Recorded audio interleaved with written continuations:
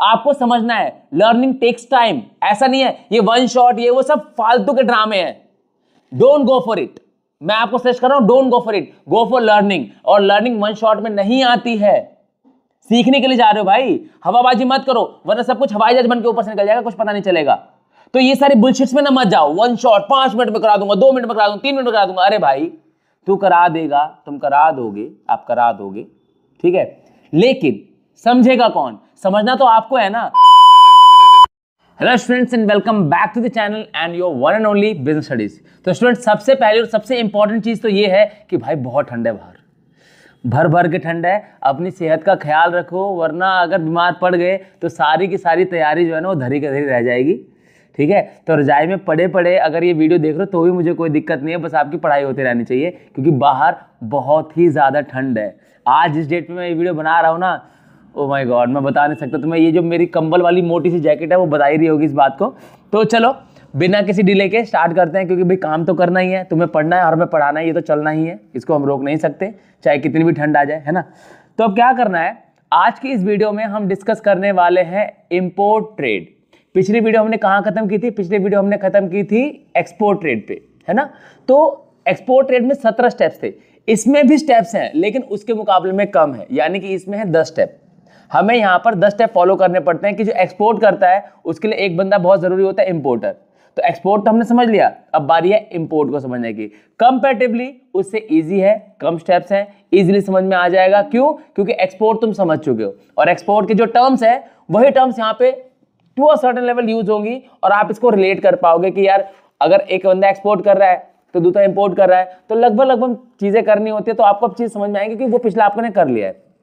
तो बिना किसी देरी के स्टार्ट करते हैं। एक और छोटी सी इंफॉर्मेशन जो मैं हर वीडियो में बोलता आता हूं, अब तो मैंने उसको अपना धर्म बना लिया है बताना। कम्युनिकेशन करते रहो गाइस, कमेंट बॉक्स में कमेंट सेक्शन में लिखते रहो क्या प्रॉब्लम्स आ रही है, समझ में आ रहा है नहीं आ रहा है। कम्युनिकेट नहीं करोगे तो कैसे पता चलेगा? कोई भी प्रॉब्लम फेस कर रहे हो तो right me in the comment section, that is absolutely free, ठीक है। तो please right in the comment, support करो, वीडियो को लाइक करो, शेयर करो, चैनल को सब्सक्राइब करो, तभी तो क्वालिटी कंटेंट दे पाएंगे वरना कैसे दे पाएंगे। तो बिना किसी देर के अब स्टार्ट करते हैं। तो टॉपिक है हमारा इंपोर्ट ट्रेड। अभी स्टूडेंट्स जो इंपोर्ट ट्रेड है हमारा, इंपोर्ट ट्रेड में क्या है देखो, buying goods from another country. बहुत सिंपल सी बात है, किसी इंपोर्ट करना का मतलब क्या है? किसी दूसरी कंट्री से इंपोर्ट करना। अब उससे पहले ना एक बड़ा इंपॉर्टेंट क्वेश्चन बनता है कि भाई ये देख रहे हो यहाँ पर नीड फॉर इंपोर्ट, आप इंपोर्ट करोगे क्यों? ऐसी क्या फायदा कि इंपोर्ट करना पड़ रहा है? बहुत सिंपल है, कोई ऐसी टेक्नोलॉजी जो आपकी कंट्री में नहीं है, जो आपके पास नहीं है, लेकिन उसके बिना काम आपका सफर कर रहा है, तो आप उसको इंपोर्ट करना चाहोगे? यस और नो, है ना। सिमिलरली अपना लिविंग स्टैंडर्ड ऑफ लिविंग, इसको इंप्रूव करेंगे कैसे? जब हमारी कंट्री में मेट्रो आई, तो जो मेट्रो है ये इंडिया की देन तो नहीं है, ये हमने इंपोर्ट करा है। अब देखो उसके आने से क्या है, कितनी ईजी, कितनी सॉर्टेड लाइफ हो गई। गाड़ी नहीं है, कार नहीं है, बाइक नहीं है, तो भी काम चल रहा है, कितना स्मूथली चल रहा है ना। तो इंपोर्ट से क्या हुआ है, एक स्टैंडर्ड ऑफ लिविंग आपका सुधर गया, यह सुधर जाता है या सुधरेगा। बात समझ में आ रही है? तो इंपोर्ट इसलिए किया जाता है ताकि जो टेक्नोलॉजी, जो चीजें हमारे पास नहीं है और उससे हमारा स्टैंडर्ड ऑफ लिविंग, हमारी कंट्री, हमारी इकोनॉमी और अच्छी हो सकती है, ग्रोथ हो सकती है, उसके लिए हम चीजों को वहां दूसरी कंट्री से क्या करते हैं, इंपोर्ट कराते हैं। इसलिए इंपोर्ट की जरूरत पड़ती है, इंपोर्ट इसलिए हमारे लिए इंपॉर्टेंट है। This is need of the import, ठीक है। अब वापस आते हैं, इंपोर्ट ट्रेड में क्या है? Buying goods from another country, दूसरी कंट्री से खरीदना। सिंपल है ये। To meet consume demand, consumer की जो डिमांड है, कंज्यूमर की डिमांड को मीट करने के लिए, बहुत सिंपल है ये। Upscale standard of living standard को बढ़ाने के लिए। बूस्ट इंडस्ट्रियलाइजेशन हो रहा है तो नई नई मशीनरी की जरूरत भी पड़ेगी। नई मशीनरी, नई टेक्नोलॉजी कहाँ से? हमारे पास नहीं बन रही तो क्या करेंगे? दूसरे देश से इंपोर्ट कराएंगे। जैसे आप देखोगे डिफेंस गुड्स जो होते हैं, है ना, उसमें अब जैसे राफेल है, अब ये राफेल जो आया हमारे पास, हमारा तो नहीं था, ये भी हमने इंपोर्ट कराया, तो इससे क्या हुआ, हमारा जो डिफेंस है, हमारे कंट्री का जो डिफेंस है वो स्ट्रांग हुआ ना, है ना। तो इसलिए हमें इंपोर्ट कराना जरूरी होता है। नेशनल सिक्योरिटी, जैसे डिफेंस इक्विपमेंट मैंने बता दिया आपको। ओवरकम नेचुरल क्लाइमेटीज, ठीक है, नेचुरल क्लाइमेटीज को से बचने के लिए हम क्या कर सकते हैं, इंपोर्ट करके अपने आप को सुरक्षित कर सकते हैं, इसलिए इंपोर्ट की जरूरत पड़ती है हमें, ठीक है। अगला, अब आता है वो procedure that we must know, हमें पक्का पता होना चाहिए। There is no confusion, there should be no confusion, कि पता होना चाहिए नहीं होना चाहिए, इसके बिना काम बनेगा ही नहीं। 10 स्टेप्स हैं, अगर आपने ये नहीं किए तो आपको इंपोर्ट नहीं समझ में आएगा। और ये सीक्वेंस में है, ऐसा भी नहीं है कि कोई कहीं उठा के पटक दिया, no it's not like that. तो आपको क्या करना पड़ेगा, देखो हाउ टू इंपोर्ट या इंपोर्ट प्रोसीजर में सबसे पहले नंबर पे आता है ट्रेड इंक्वायरी। ट्रेड इंक्वायरी क्या है कि जो सबसे पहले आपने एक्सपोर्ट में पढ़ा था ना कि आपको इंक्वायरी आती है, तो इंक्वायरी कोई बंदा कर रहा होता है। अब आप अपने आप को इस पूरे स्टेप्स में, इस पूरे प्रोसीजर में आप अपने आप को ना एक इंपोर्टर समझ के चलना। Now you are importer. पिछली वीडियो में आप एक्सपोर्टर थे, इस वीडियो में आप इंपोर्टर हो। तो ध्यान से सुनना, क्या देखो, सबसे पहले आप जो आपके रिक्वायर्ड गुड्स हैं, पहले तो आप जाओगे और चेक करोगे, ढूंढोगे उन लोगों को, उस कंट्री के लोगों को जो आपकी रिक्वायरमेंट का सामान सारा का सारा भेजते हैं या बेचते हैं या बनाते हैं या एक्सपोर्ट करते हैं। सबसे पहले आप वो ढूंढोगे कहां से आपको सामान मिल सकता है, किस कंट्री से कौन सा एक्सपोर्टर है जो ये चीज कर रहा होता है। ठीक है, पहले आप इस बंदे को ढूंढ लोगे। इसके लिए आप क्या कर सकते हो, मैं आपको दो चीजें बताता हूं, देखो ध्यान से। ये आपको कहां मिल जाएगा, ये मिल जाएगा आपको ट्रेड डायरेक्टरी से मिल जाएगा या ट्रेड एसोसिएशन से मिल जाएगा जाके। ये दो जगह है जहां पर जाके ढूंढ सकते हो अपनी जरूरत के एक्सपोर्टर्स को आप। ठीक है, तो सबसे पहले आप ढूंढोगे कौन दे रहा है आपका सामान। फिर the first step is to gather information about the countries and firm which can export the required product. जो आपकी जरूरत का प्रोडक्ट है वो कौन एक्सपोर्ट कर सकता है, कौन आपको दे सकता है, वो आपको दो जगह से मिल जाएगा। ट्रेड डायरेक्टरी से मिल जाएगा, ट्रेड एसोसिएशन, दो जगह से आपको मिल जाएगा। तो आपने देख लिया भाई, हाँ ठीक है, और अपनी इंक्वायरी भेज दी उस बंदे को जो एक्सपोर्ट कर रहा है आपकी जरूरत का सामान, उसको आपने इंक्वायरी भेज दी, मेल कर दिया, मेल के थ्रू आपने भेज दिया। ठीक है, फिर दूसरे नंबर पे आता है प्रोक्यूरमेंट ऑफ इंपोर्ट लाइसेंस। मुझे एक बात बताओ, जब तुम एक्सपोर्ट करते हो तो एक्सपोर्ट करते टाइम तुम्हें लाइसेंस की जरूरत पड़ती है कि भाई मैं क्या सामान भेज रहा हूं, वो देखने के लिए मुझे लाइसेंस चाहिए। तो क्या इंपोर्ट के लिए इसकी जरूरत नहीं पड़ेगी? एब्सोल्युटली पड़ेगी। आप कोई गलत सामान किसी कंट्री में ना भेज दो, ये देखा जाएगा। तो आप अपनी कंट्री में रह के कोई गलत सामान ना मंगा लो, क्या ये नहीं देखा जाएगा? बिल्कुल देखा जाएगा। तो सिमिलरली इसके लिए भी कुछ बैरियर्स बना दिए गए हैं ताकि आप एक ऑथराइज अथॉरिटी के अंदर आओ और आप कुछ ऐसा सामान इंपोर्ट कर लो जो कंट्री के लिए हानिकारक हो सकता है। सिंपल। तो वहां पर आपको लाइसेंस चाहिए होता है ना। तो लाइसेंसिंग यहां पर भी है, सेम लाइसेंस आपको यहां पर इशू करना पड़ेगा, इंपोर्ट एक्सपोर्ट लाइसेंस, जो कि आपने पिछले एक्सपोर्ट में देखा था। ठीक है, तो if the goods comes under licensing category then the importer must apply for and get registered with. अब अगर आता है तो आपको अप्लाई करना पड़ेगा, और ये आपको दो जगहों से मिल सकता है। नंबर 1, अपने आप को आपको रजिस्टर कराना पड़ेगा कहां पर? Directorate general foreign trade, that is DGFT, और regional import export licensing authority.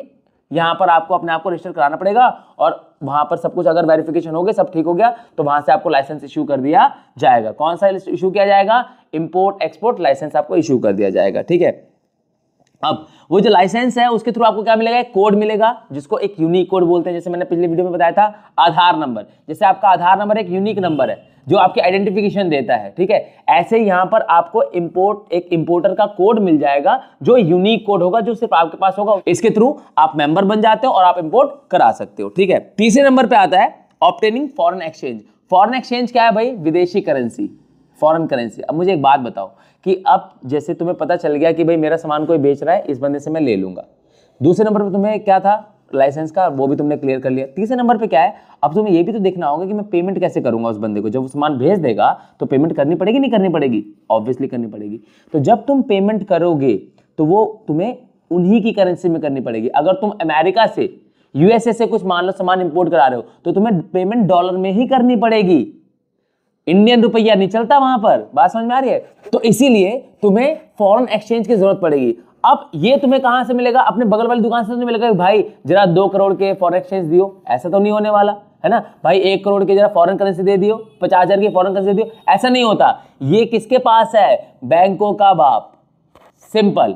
बैंकों का bank RBI, reserve bank of India. आप उसके पास जाओगे और वो RBI से आप जाके अपील करोगे, डिमांड करोगे, और अपना जो भी सारा सिस्टम है वो आप वेरीफाई कराओगे वहां पर कि मैं ये सामान इंपोर्ट करना चाह रहा हूं इस क्वांटिटी में, इस प्राइस पे, तो मुझे इतने इतने रुपए के फॉरेन करेंसी चाहिए होगी। लेट्स सपोज कि आपको 5 करोड़ की फॉरेन करेंसी चाहिए। अब 5 करोड़ की फॉरेन करेंसी कौन देगा? RBI देगा आपको।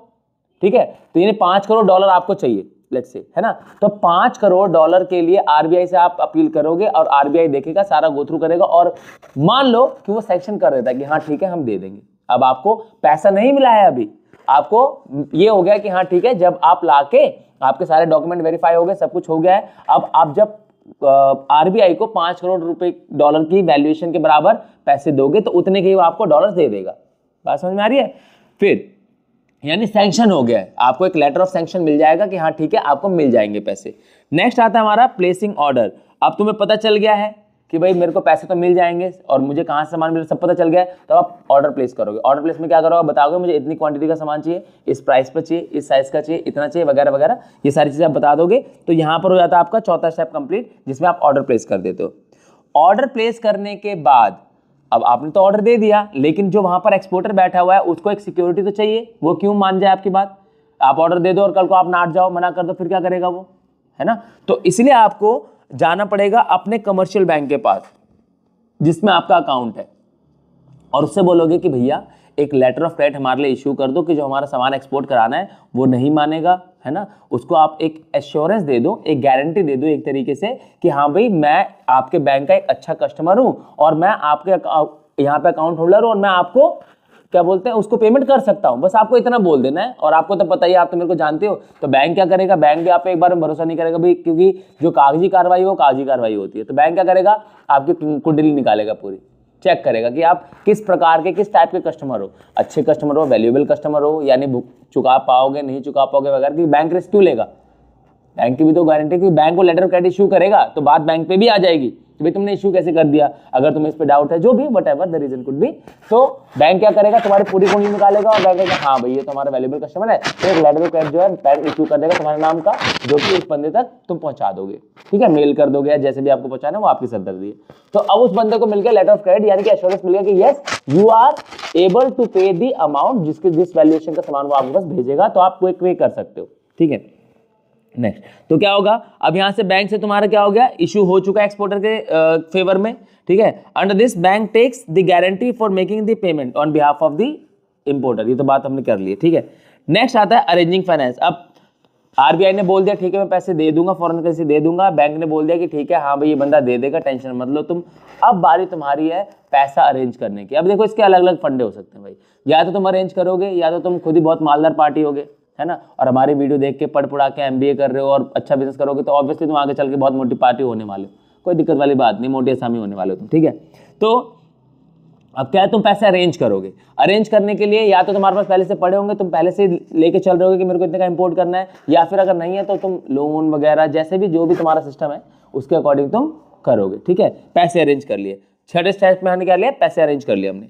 सातवां आता है रिसिट ऑफ शिपमेंट एडवाइस। अब रिसिट ऑफ शिपमेंट एडवाइस क्या है, एक डॉक्यूमेंट है जो कि एक्सपोर्टर इशू करेगा तुम्हारे लिए, जिसमें लिखा होगा इनवॉइस बिल, बिल नंबर, कितना सामान है, किस क्वांटिटी में है, किस कंटेनर में जा रहा है, सब कुछ, every single information about the goods and और द कंसाइनमेंट ही that exporter is sending to you. वो एक लेटर इशू हो जाएगा आपके पास, एक डॉक्यूमेंट इशू हो जाएगा जिसमें सारी इंफॉर्मेशन होगी कि कहां पर सामान जा रहा है, किस शिप में जा रहा है, किस कंटेनर में जा रहा है, किस क्वांटिटी में जा रहा है, every single information would be given to you by that particular document. यानी देखो क्या है, after loading the goods on vessel, जब वो वहां पे सामान रखने के बाद, the exporter provide the shipment advice to the importer which contains information about the shipment such as invoice bill number, bill of landing, name and number of vessel etcetera. यानी every single information of the consignment जो उसने भेजे अपनी तरफ से, सब कुछ उसके बारे में लिखा होगा, ठीक है। नेक्स्ट आता है हमारा रिटायरमेंट ऑफ इंपोर्ट डॉक्यूमेंट। अब ये यहां से थोड़ा सा ना चीजें सिस्टमैटिक हो जाती है, ज्यादा सिस्टमैटिक हो जाती है। क्या है देखो, which the exporter submit to bank to his banker. अब क्या है, रिटायरमेंट ऑफ इंपोर्ट डॉक्यूमेंट, जो भी इंपोर्ट डॉक्यूमेंट चाहिए होंगे वो सारे के सारे जो एक्सपोर्टर है, इंपोर्टर है, उसको अपने बैंक को क्या करने पड़ेंगे, देने पड़ेंगे, ठीक है। क्योंकि तभी उसी के बिहाफ पे तो एक बिल ऑफ एक्सचेंज बैंक जारी करेगा कि आप, या फिर मान लो कि तुम पेमेंट करना चाहते हो वन टाइम, एक बार में पेमेंट करना चाहते हो, है ना, पेमेंट साइड करना चाहते हो तो वो भी बैंक को देनी पड़ेगी, या तुम बिल ऑफ एक्सचेंज बनाना पड़ते तो वो भी बैंक को आपको फॉरवर्ड करेगा आपके बिहाफ पे। तो आपको ये सारे जो है चीजें हैं वो सारी किसको प्रोवाइड करनी पड़ेगी, बैंक को प्रोवाइड करनी पड़ेगी। बैंक को सेटिस्फाई करना पड़ेगा कि आपने इतना सामान इंपोर्ट कराया है, इस वैल्यूएशन का कराया है, और आप इतनी पेमेंट किस रिस्पेक्ट में कर रहे हो। क्योंकि बैंक को तो पता होना चाहिए ना कि आपके अकाउंट से इतना पैसा जा रहा है तो कहाँ जा रहा है, किसी इलीगल एक्टिविटी के लिए तो नहीं जा रहा। क्योंकि भाई गवर्नमेंट तो बैंक को पकड़ेगी कि तुमने किया तो कोई वेरिफिकेशन की थी, क्यों कर दी अपनी तरफ से, बात समझ में आ रही है। तो इसी तरीके से आपको, इसलिए आपको ये जो डॉक्यूमेंट्स है, जो इंपोर्ट करते टाइम डॉक्यूमेंट्स, इंपोर्ट वाले डॉक्यूमेंट्स है, वो सारे अपने कमर्शियल बैंक को प्रोवाइड करने पड़ते हैं, सो दैट उसके पास एक सिस्टमैटिक रिकॉर्ड हो, हाँ भाई ये है सामान है, वो सेटिस्फाई हो गया कि हाँ ठीक है सही है, सामान आ रहा है, सब अप्रूवल मिला हुआ है, सब कुछ ठीक चल रहा है, सॉर्टेड है, ठीक है। And the importer has to accept the bill of exchange, और फिर इंपोर्टर क्या है, एक बिल ऑफ एक्सचेंज एक्सेप्ट कर लेता है, ठीक है, जिसके बिहाफ पे वो बाद में पेमेंट करने वाला है, किसको, एक्सपोर्टर को। नेक्स्ट आता है हमारा 9th नंबर पे अराइवल ऑफ गुड्स। अब हमारे गुड्स जो है वो डॉक पर आ गए हैं, ठीक है, जहां पर जो शिप लगते हैं वहां पर हमारे सामान आ चुका है। अब इसमें ना वो बंदा जो है जो कौन होता है, कैप्टन। अब जो कैप्टन है वो कैप्टन दो लोगों को मेनली इन्फॉर्म करेगा, एक तो वहां पर जो ऑफिसर है, ठीक है, और एक इंपोर्टर को, ये दो लोगों को इन्फॉर्मेशन भेजेगा, ठीक है। उसके लिए एक छोटा सा प्रोसीजर होता है, उसको थोड़ा डिटेल में समझना ध्यान से। When the goods reach the importing country, जो कहाँ पहुंचना था वहां पहुंच गया, captain of the ship informs the dock officer, जो डॉक ऑफिसर को इन्फॉर्म करता है, and instruct him to receive and record the details on the document called import general manifest. जो इंपोर्ट जनरल मैनिफेस्ट होता है उसके ऊपर जो जो इंफॉर्मेशन है वो क्या करता है, उसको दे देता है और बोलता है भाई रिकॉर्ड कर लो, ये सामान इस बंदे का आया है, इस कंट्री से आया है, ये चीजें हैं, वो सारी इन्फॉर्मेशन वो दे देता है उसको और बोलता है रिकॉर्ड कर लो इसको। अब ये इन्फॉर्मेशन जाती है दो लोगों पे, क्या बताया मैंने, एक तो डॉक ऑफिसर के पास चली गई और दूसरी किसके पास जाएगी, इंपोर्टर के पास। And the dock authority also informs the importer about the same, उसको भी इन्फॉर्म किया जाता है भाई तेरा सामान आ गया, आजा, ठीक है। He prepares a document called bill of entry and submit it to the custom officer to get custom clearance. अब वो डॉक्यूमेंट बनाएगा जिस डॉक्यूमेंट का नाम क्या है, बिल ऑफ एंट्री, ठीक है, and submit it to custom officer, और उसको कस्टम ऑफिसर को क्या करता है, हैंड ओवर कर देता है कि भैया अब मेरा सामान आ गया, देख लो ये वेरीफाई हो गया, मेरे को जाने दो। लेकिन कस्टम ऑफिसर जो है वो तो नहीं जाने देगा एकदम से, उसके भी कुछ प्रोसीजर है। तो थोड़ा सा इसको, ये लास्ट के दो स्टेप्स आपको थोड़ा अच्छे से समझने हैं, ठीक है। कस्टम क्लियरेंस, अब ये सबसे आपने सुना होगा ना बहुत बार कि कस्टम में माल फंस गया, कस्टम में माल फंस गया, कस्टम में माल फंस गया, ये बहुत बार सुना होगा आप लोगों ने। तो कस्टम में माल क्यों फंस जाता है, क्लियरेंस नहीं मिल पाती, किसी लीगल प्रॉब्लम की वजह से क्लियरेंस नहीं मिल पाती, ये सबसे इंपॉर्टेंट प्रोसीजर होता है, ठीक है। देखो कस्टम क्लियरेंस में क्या है, the custom officer carefully assess the bill of entry, वो पहले उस बिल को अच्छे से देख लेता है तसल्ली से, पूरा सेटिस्फाई होने तक कि हाँ भाई सारी चीजें सही है या नहीं है, कुछ धांधलेबाजी तो नहीं है इसमें। And calculate the amount of custom duty to be paid, ठीक है, लेटर ऑन, और फिर वो देखता है कि भाई हमारा कितना बनता है, कस्टम जो टैक्स है हमारा, कस्टम ड्यूटी है वो कितनी बनती है, वो सारा टैक्स कैलकुलेट करता है कि इस वैल्यूएशन का सामान है, इस पे इतना टैक्स बनता है, वो सारा कैलकुलेट कर लेगा, जो कि इंपोर्टर को बाद में पे करना पड़ेगा, ठीक है। The bill of entry is given to appraiser officer who inspects the goods, अब वो इस जो अप्रेजर ऑफिसर उसको दे दिया जाता है, वो गुड्स को इंस्पेक्ट करता है, जांच करेगा ना भाई कि कुछ ऐसा सामान तो नहीं आ गया जो हमारी कंट्री में नहीं आना चाहिए, है ना, तो कुछ प्रॉब्लम वाली सामान तो नहीं आ गया, तो वो पूरा गुड्स को क्या करेगा, एसेस करेगा, चेक करेगा, कुछ गड़बड़ ना हो, गड़बड़ घोटाला ना हो। If you got satisfied then the bill is return to the importer of custom payment, ठीक है। अगर वो उसको लगता है कि सारा सामान सही है तो कस्टम पेमेंट के लिए वो आगे बढ़ा दिया जाता है। After this the importer presents the bill to dock superintendent for physical examination of the goods, and finally the bill is presented to the port manager who accepts the payment of duty and pass the release order for the goods। वो सारा check कर लेते हैं, सारे goods देख लेते हैं, physically examine कर लेते हैं सारे गुड्स को, और अगले ऑफिसर को बोल देते हैं कि ठीक है भाई क्लियरेंस के लिए आगे निकाल दो इसको, क्योंकि सब ठीक है, कोई प्रॉब्लम नहीं है, हमने सब देख लिया, सब एग्जामिन कर लिया है हमने, ठीक है। इन केस इंपोर्टर और agent is not present at the time then the goods is transferred to bonded warehouse from where it can be collected later on, और अगर उस टाइम पे इंपोर्टर या एजेंट ना हो तो वहाँ जो भी एक रजिस्टर्ड उनका वेयरहाउस होता है उस पर्टिकुलर जगह का, तो वहां पर भेज दिया जाता है और बंदा वो जाकर वहां से अपना सामान जो इंपोर्टेड सामान है वो उठा सकता है। तो ये था आपका ओवरऑल इंपोर्ट प्रोसीजर 10 स्टेप का, जो इससे डिटेल में तो नहीं हो सकता, आई एम श्योर, है ना। तो अगर आप समझने के पर्पज से हो तो देखो वीडियो लेंथी लग सकती है, आई डोंट डिनाई दैट, लेकिन लर्निंग टेक्स टाइम ना। अब ऐसे हवा में तो हवा में वन शॉट के नाम पे मैं हवा उड़ा दूं और पता लगे कुछ आ रहा समझ में आ नहीं रहा है और हवाई जहाज बनकर सब ऊपर जा रहा है, तो वो भी तो सही नहीं है ना। तो अगर पढ़ रहे हो तो पढ़ ही लो यार, एक बार पूरे साल नहीं पढ़ा है तो एक बार तो पढ़ना बनता है ना। तो video might be a bit long हो सकते, but this is very useful, समझने के पर्पज से है ये, तुम्हें हवाबाजी के पर्पज से नहीं है कि वन शॉट करा दूंगा, ये कर दूंगा, वो कर दूंगा, 5 मिनट 10 मिनट नहीं करना भाई, 5-10 मिनट नहीं करना। मुझे समझ में आ रहा है तुमको, ये इंपॉर्टेंट है। अगर समझ में आ रहा है तो I am satisfied, and may be you guys are also. ठीक है, तो इसी के साथ तुम्हारा खत्म हो चुका है इंपोर्ट प्रोसीजर, पूरा इंपोर्ट प्रोसीजर। आई होप आपको क्लियर है। कोई दिक्कत परेशानी हो तो right me in the comment section, कोई प्रॉब्लम वाली बात नहीं है। तो बिना देरी किए हुए फटाफट से इसका छोटा सा लास्ट टॉपिक है उसको भी खत्म कर लेते हैं, क्यों टाइम वेस्ट करना है। ठीक है, तो स्टूडेंट्स हमारा last and the only topic बचा है कौन सा, WTO, वर्ल्ड ट्रेड ऑर्गेनाइजेशन। क्या ये अपने आप को नाम से जस्टिफाई नहीं कर रहा है? वर्ल्ड ट्रेड, विश्व व्यापार, यानी पूरे विश्व, पूरे वर्ल्ड की देखभाल करने वाला ऑर्गेनाइजेशन है ये, है ना। कब स्टेब्लिश हुआ? 1 जनवरी 1995 को, 1995 को। ठीक है, it refers to the organisation which deals with the rules and regulations of the trade between different countries. Former name was GATT, पुराना नाम क्या है इनका? GATT, general agreement of tariffs and trade, जो कि स्टैब्लिश हुआ था 1948 1 जनवरी को, और 1995 में इसको चेंज करके WTO के नाम से इसका दोबारा से नामांकरण हुआ।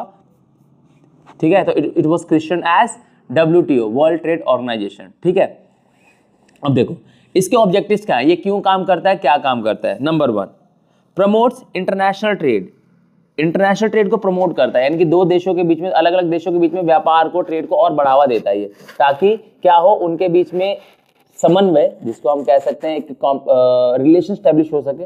ठीक है, नंबर 2, इससे क्या है, अलग अलग कंट्री यानी हर एक कंट्री का जो लिविंग स्टैंडर्ड है वो और अच्छा हो सके, ये इसका मेन पर्पस होता है। Acting as a watch dog, watch dog का मतलब क्या होता है, जो निगरानी रखता है, पता है ना, घरों के आगे जो डॉग्स, पालतू डॉग्स जिसको हम बोलते हैं, वो हमारे वॉच डॉग्स हैं। ध्यान रखते हैं कि कुछ गलती नहीं हो रही, कुछ गड़बड़ तो नहीं हो रही, कोई चोर तो नहीं आ रहा, इस तरीके से कोई भी इलीगल एक्टिविटी ना हो या कुछ गलत एक्टिविटी ना हो, उसके लिए वॉच डॉग का काम करते हैं। Making international trade very smooth, international trade को बहुत स्मूथ बनाते हैं कि कोई भी एक ऐसी एक्टिविटी ना आ रही हो जो कि किसी कंट्री के लिए हार्मफुल हो या इंटरनेशनल ट्रेड के लिए हार्मफुल हो, उस पर पूरा ध्यान बनाए रखते हैं। By framing common rules and regulation for members in member countries, जो इसकी मेंबर कंट्री होती हैं उन सब के लिए एक कॉमन रूल होता है। तो ऐसा ना हो कि किसी के लिए ज़्यादा दिक्कत हो, किसी के लिए बहुत इजी हो जाए, तो सारी चीज़ें ध्यान में रखते हुए कॉमन रूल्स बना दिए जाते हैं ताकि सब इजीली स्मूथली इंपोर्ट एक्सपोर्ट कर सके। ठीक है, free and fair trade between member countries, member countries के बीच में कोशिश ये रहती है कि ट्रेड जो हो फ्री हो, कोई ज़्यादा कॉस्ट ना बियर करनी पड़े, या अगर हो भी तो मिनिमम कॉस्ट हो, मिनिमल कॉस्ट हो, जिसकी वजह से जो इंटरनेशनल ट्रेड है वो और ज़्यादा किया जा सके, कंट्रीज इसको करने में कोई भी टाइप की प्रॉब्लम को फेस ना करे। यही काम है WTO का। Settles dispute among member Nations, अब होता है ना कि जैसे जज होते हैं कि भाई दो लोगों के बीच में लड़ाई हुई तो उसमें एक जज होता है जो सारी चीज़ों को देखभाल करता है, उसको सॉर्ट आउट करता है, डिसीजन मेकिंग।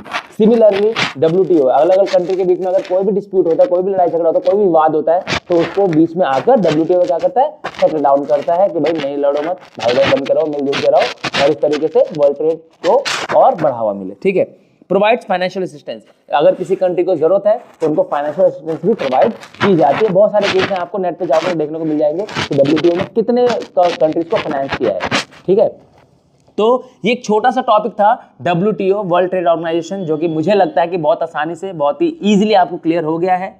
ठीक है, तो this topic, end of this topic, और इसी के साथ खत्म होती है आपकी बिजनेस स्टडीज। ताली मार दो फटाफट से जल्दी ताली मार दो। अब ये हो गई आपकी खत्म। बाकी चैप्टर्स की वीडियो आपको प्लेलिस्ट में मिल जाएगी, सारे के सारे चैप्टर्स को जाकर गो थ्रू कर लो, कोई दिक्कत परेशानी वाली बात नहीं है। बात समझ में आ रही है? तो गाइस देखो, मैं मान सकता हूं आपको एक बार कोई लग सकता है, माइंड में आ सकता है कि यार वीडियो जितनी लंबी है कौन पढ़े, बहुत सारे पार्ट्स हैं। देखो, दो बातें, पहली बात तो पार्ट्स इसलिए बनाए गए हैं ताकि ये टॉपिक स्पेसिफिक हो, ऐसा ना हो कि एक ही में खिचड़ी पक रही है, यही इसी वीडियो में ये टॉपिक है, ये टॉपिक है, ये टॉपिक नहीं। वीडियो स्पेसिफिकली बनाई गई है आपके लिए ताकि आपको इजीली समझ में आ सके, नंबर 1। दूसरी चीज, ये वन शॉट वाला कॉन्सेप्ट ना इतना आपके लिए फायदेमंद नहीं है, बीइंग ऑनेस्ट। आपको समझना है लर्निंग टेक्स टाइम, ऐसा नहीं है ये वन शॉट, ये वो सब फालतू के ड्रामे हैं। डोंट गो फॉर इट, मैं आपको सजेस्ट कर रहा हूं, don't go for it, go for learning. और लर्निंग वन शॉट में नहीं आती है, सीखने के लिए जा रहे हो भाई, हवाबाजी मत करो, वरना सब कुछ हवाई जहाज बन के ऊपर से निकल जाएगा, कुछ पता नहीं चलेगा। तो ये सारी बुलशिट्स में ना मत जाओ, वन शॉट 5 मिनट में करा दूंगा, 2 मिनट में करा दूंगा, 3 मिनट में करा दूंगा। अरे भाई तू करा देगा, तुम करा दोगे, आप करा दोगे, ठीक है, लेकिन समझेगा कौन? समझना तो आपको है ना। तो ये जो बढ़िया बढ़िया वो जो कैची थंबनेल्स होते हैं ना, इन पे मत जाओ, प्लीज मत जाओ। मैं आपको सजेस्ट कर रहा हूं, मान लो मेरी बात, नहीं तो बाद में बहुत दिक्कत हो जाएगी, क्योंकि वन शॉट्स ना याद कुछ नहीं रहते, हवाबाजी होती है, हवा सर के ऊपर से निकल जाएंगे, पता भी नहीं चलेगा। लर्निंग टेक्स टाइम, बहुत सिंपल सी लाइन है, लर्निंग टेक्स टाइम। तो टाइम लगेगा तो टाइम दोगे, एक इन्वेस्टमेंट तो मांग रही है लर्निंग। कौन टाइम इन्वेस्ट करेगा अपनी पढ़ाई के लिए? तुम्हारी पढ़ाई के लिए मैं थोड़ी टाइम इन्वेस्ट करूंगा? मैं तो वीडियो बना दूंगा, क्वालिटी कंटेंट दे दूंगा, पढ़ना, याद करना, समझना तो तुमको है ना। तो ये वन शॉट, 5 मिनट, 2 मिनट, ये शॉर्ट टर्म जो है ना, इसके चक्कर में मत पड़ो, बहुत दिक्कत हो जाएगी। थोड़ा सा पेशेंस बढ़ाओ अपना, थोड़ा सा जो पेशेंस है ना वो बढ़ाओ, तभी लर्निंग काम आएगी, वरना लर्निंग होगी ही नहीं। आपको लगेगा कि मैंने पढ़ लिया, एग्जाम में जाओगे ना सब छू मंतर हो जाएगा, हवाबाजी हो जाएगी, पता भी नहीं चलेगा। तो don't go for all these sheets, simple. बात समझ में आ रही है? तो I think this sums up the entire conversation of hours. ठीक है, मिलते हैं अगली वीडियो में कुछ अगले टॉपिक्स के साथ, कुछ अगले इंपॉर्टेंट कंटेंट के साथ आपके साथ। Till then take care of yourself. यहाँ पर साइड में आपको जो इंस्टाग्राम का पेज दिख रहा है, इसको क्लिक करो, पेज पे रिडायरेक्ट कर दिए जाओगे, वहां पर लिंक होगी, उस लिंक को क्लिक करोगे तो आपको ड्राइव की लिंक मिल जाएगी, जहां पर इसके नोट्स बिल्कुल फ्री में है। जाओ वहां से नोट्स को डाउनलोड करो, वीडियो को समझो, कोई डाउट हो, कोई प्रॉब्लम हो तो कमेंट में लिखो, ये इंपॉर्टेंट है ना। कम्युनिकेशन चाहिए होगा, कम्युनिकेट करोगे तभी मैं आपके लिए और क्वालिटी कंटेंट बना पाऊंगा, वरना नहीं बना पाऊंगा। ठीक है, तो I think we are done. See you guys in the next video. Till then take care of yourself, bye bye. This is Pankaj Rai signing out.